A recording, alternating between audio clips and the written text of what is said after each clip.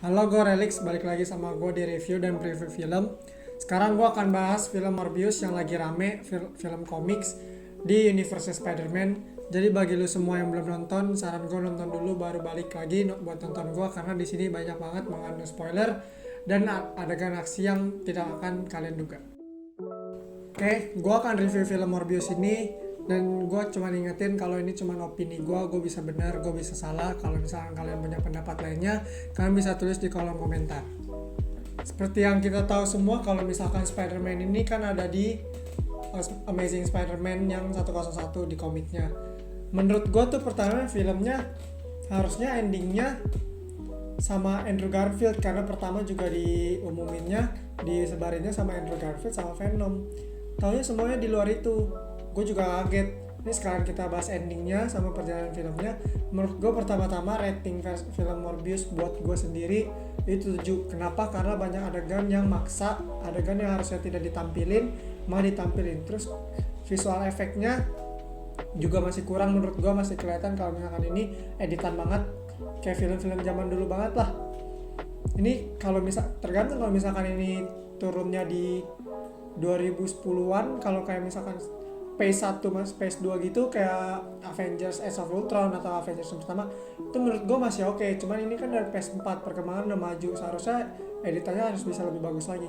Gue juga gak bisa ngedit sih, cuman kan gue sebagai fans Marvel, gue memberikan opini, gue kritik kerja ya, nggak mungkin dibaca juga sama dia, sama Marvelnya. Cuman ini menurut gue aja.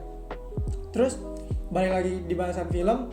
Dari pertama kita lihat kalau misalkan si Michael Morbius ini adalah seorang anak kecil yang punya teman yang namanya Lucian, dan mereka berdua ini cacat.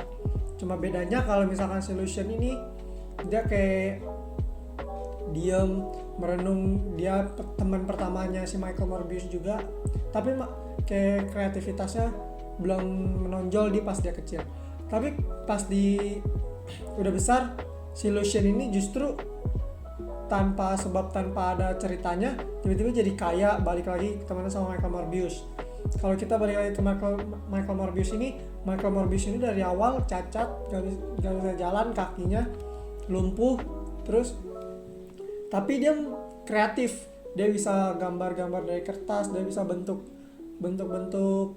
hewan atau apapun yang dia mau dari kertas, dan dia juga ahli dalam kimia, dalam perdokteran. Karena di awal juga ketika Lucian hampir mau mati, koma karena alat pernapasannya si Lucian gak berjalan, tapi Morbius yang menolong lewat peniti. Dari peniti ini akhirnya berhasil berfungsi lagi alat pernapasannya, dan dokter yang di situ yang ngurus Lucian sama Morbius, dia kaget ngeliat Morbius bisa ngelakuin hal itu. Kenapa? Karena belum ada anak kecil yang bisa berpikir seperti itu. Kalau misalkan alat pernapasan akhirnya aku bisa pakai peniti, bisa berjalan lagi. Sampai pada akhirnya si dokter ini angkat si Morbius masuk ke universitas untuk mendapatkan beasiswa dan perlindungan kesehatan untuk si Morbius ini. Sampai akhirnya pada gede, si Morbius ini menjadi dokter walaupun keadaannya dia lumpuh, nggak bisa jalan. Tapi si Morbius ini pintar banget, dia kreatif, dia menciptain obat-obat, bahkan sampai akhirnya dia nyiptain obat yang bisa nyembuhin kelumpuhan kakinya, yaitu lewat darah kelelawar.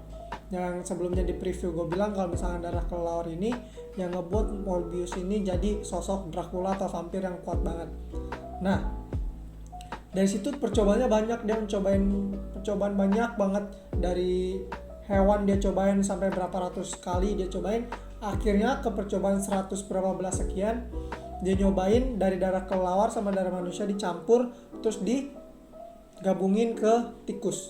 Pertama tikusnya mati, sampai si ada pasien yang koma, yang hampir mau mati, yang suhu demamnya tinggi, terus dirawat.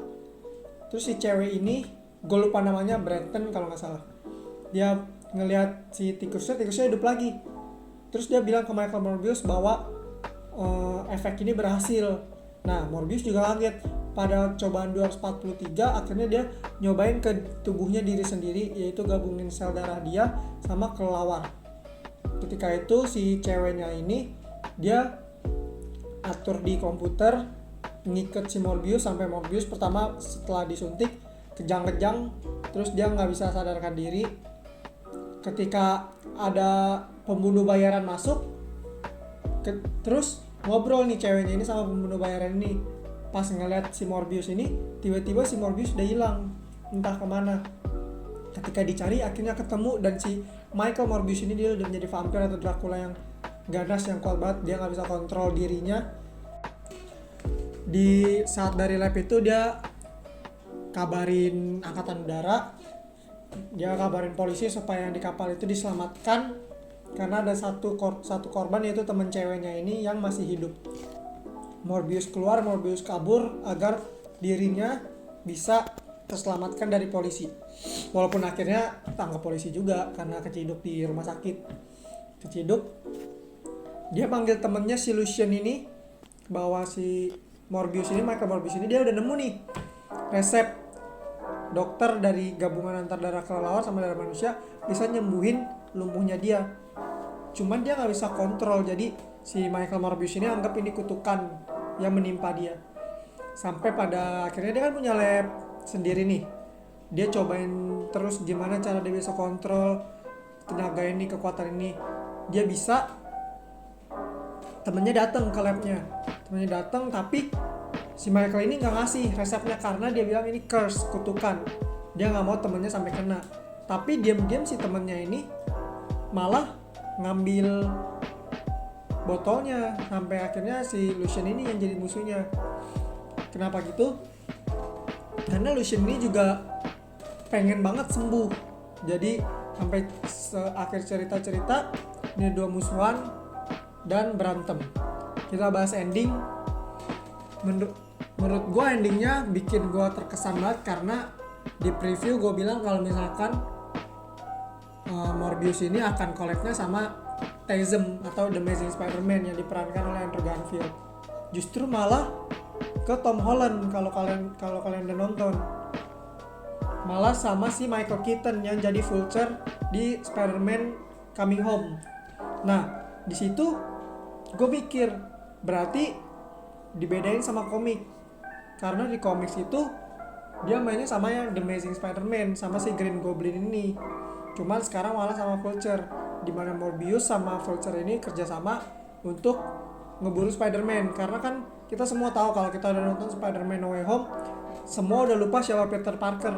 Jadi walaupun di ending semuanya udah semua villain udah temenan sama Peter Parker, ketika semua lupa, menurut gue itu yang jadi masalah karena semuanya akan ngeburu Spider-Man lagi.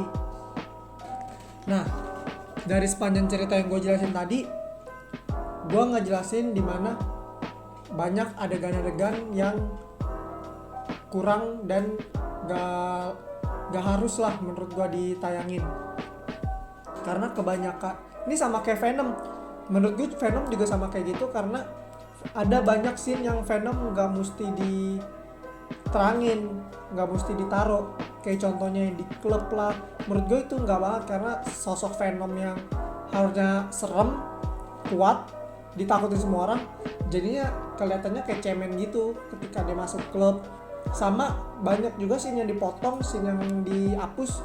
Contohnya yang di trailer ketika Michael Morbius jalan, di temboknya ada Spider-Man, poster Spider-Man. Kenapa dihapus? Menurut gua dihapus itu karena di posternya itu, di fotonya itu Spider-Man yang TASM, yang The Amazing Spider-Man, Andrew Garfield. Sedangkan di ending kita tahu bahwa ini yang jadi Tom Holland nih, Vulture, buru Spider-Man. Itu menurut gue salah satu cara Sony ngebangun universe-nya Spider-Man ini dari MCU, kan karena kita tahu kontraknya udah habis nih.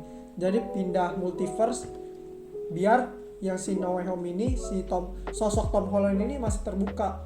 Atau mungkin TASM si Andrew Garfield ini udah gak mau kontrak lagi, gak ada yang tahu karena umur. Karena kan dia main di No Way Home juga karena dipaksa terus, karena kepengen. bukan karena pure dari pertama dia mau, karena disuruh. Terus ending yang kedua, credit scene yang kedua jelasin bahwa itu yang kedua tadi ya. Yang kedua, yang pertama berarti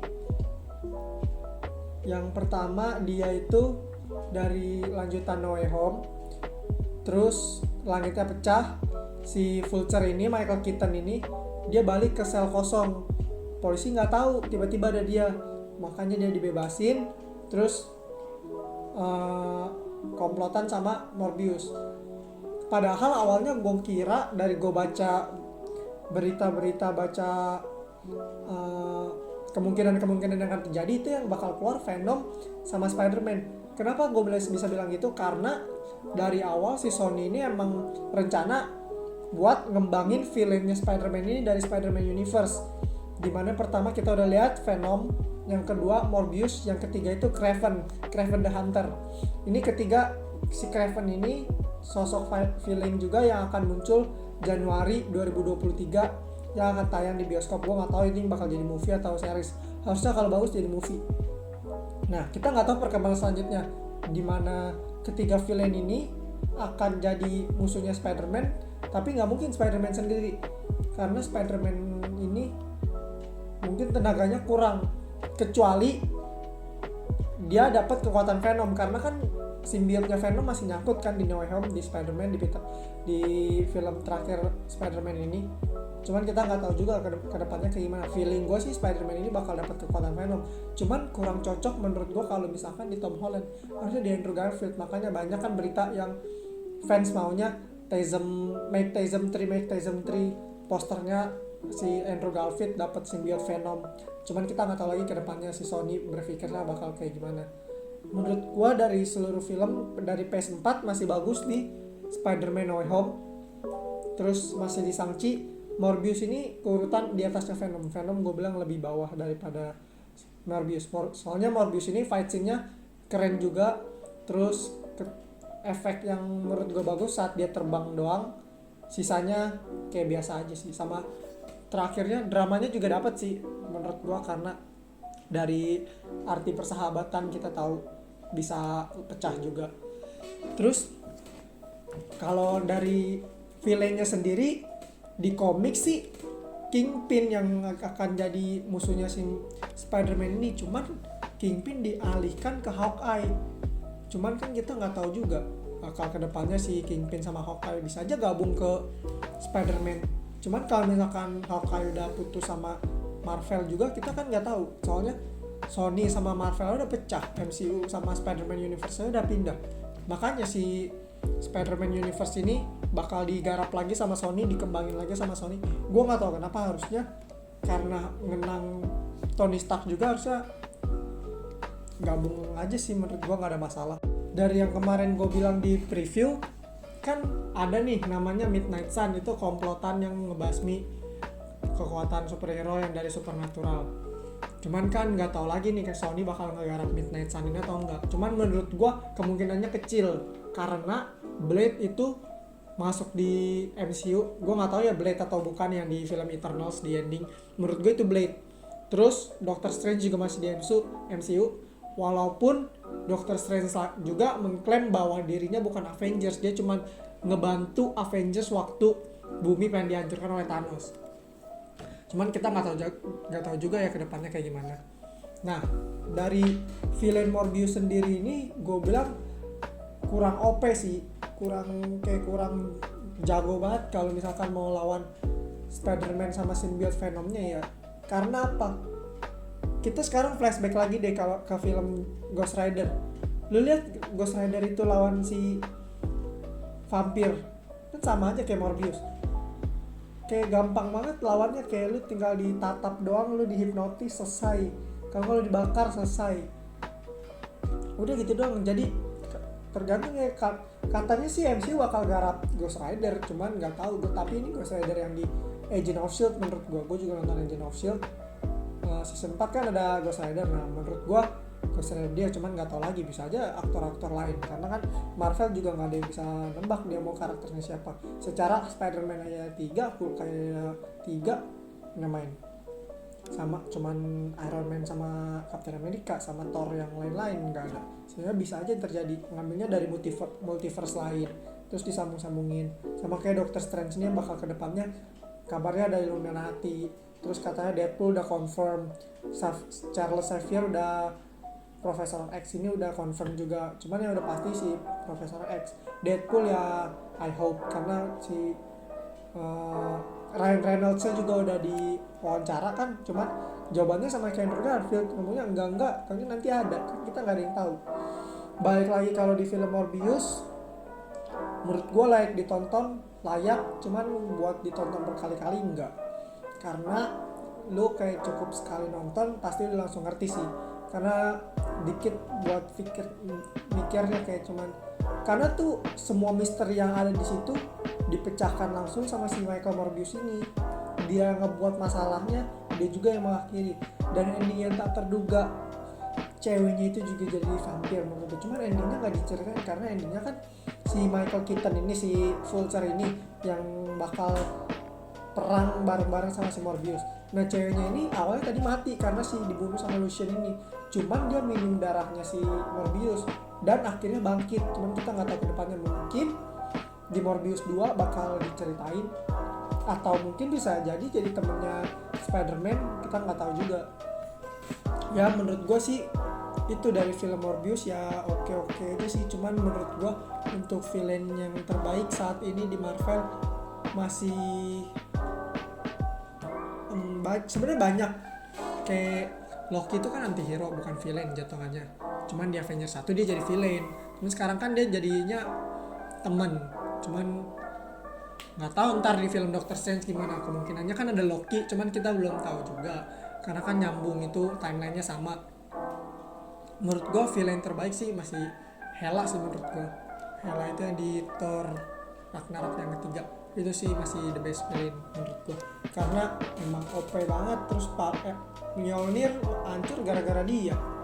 Kalau misalkan Morbius ini kayak biasa aja sih, masih menang Spider-Man. Iyalah pasti dia Spider-Man, orang ntar judulnya juga pasti Spider-Man, nggak mungkin Spider-Man-nya kalah. Nggak tahu juga. Ya segitu aja sih menurut gue kalau tentang review film Morbiusnya. Boleh ditonton supaya ntar ke depannya ngerti, boleh juga harus nonton sih karena berkaitan banget buat ke depannya nanti, buat PS4 ini, buat Spider-Man Universe. Cuman yang kita tunggu-tunggu Doctor Strange 6 Mei bulan depan akan tayang. Gue bakal buat previewnya Doctor Strange, gue bakal kasih tahu menurut opini gue lagi apa yang mungkin bakal terjadi, apa yang nggak akan terjadi, dan gimana cerita-ceritanya. Gue sih nggak sabar ngeliat zombie Wanda ya, karena di film What If zombie Wanda juga ada sama Doctor Strange yang zombie. Ya segitu aja menurut gue. Makasih yang udah nonton, maaf kalau kebanyakan spoiler yang dalam banget, makanya gue saranin untuk nonton filmnya dulu biar kalau kesini ngerti, biar lu kagak ngoceh-ngoceh yang gue ngomongin apa. Oke, jangan lupa subscribe. Segitu aja. Gue balik lagi buat preview Doctor Strange. Bye.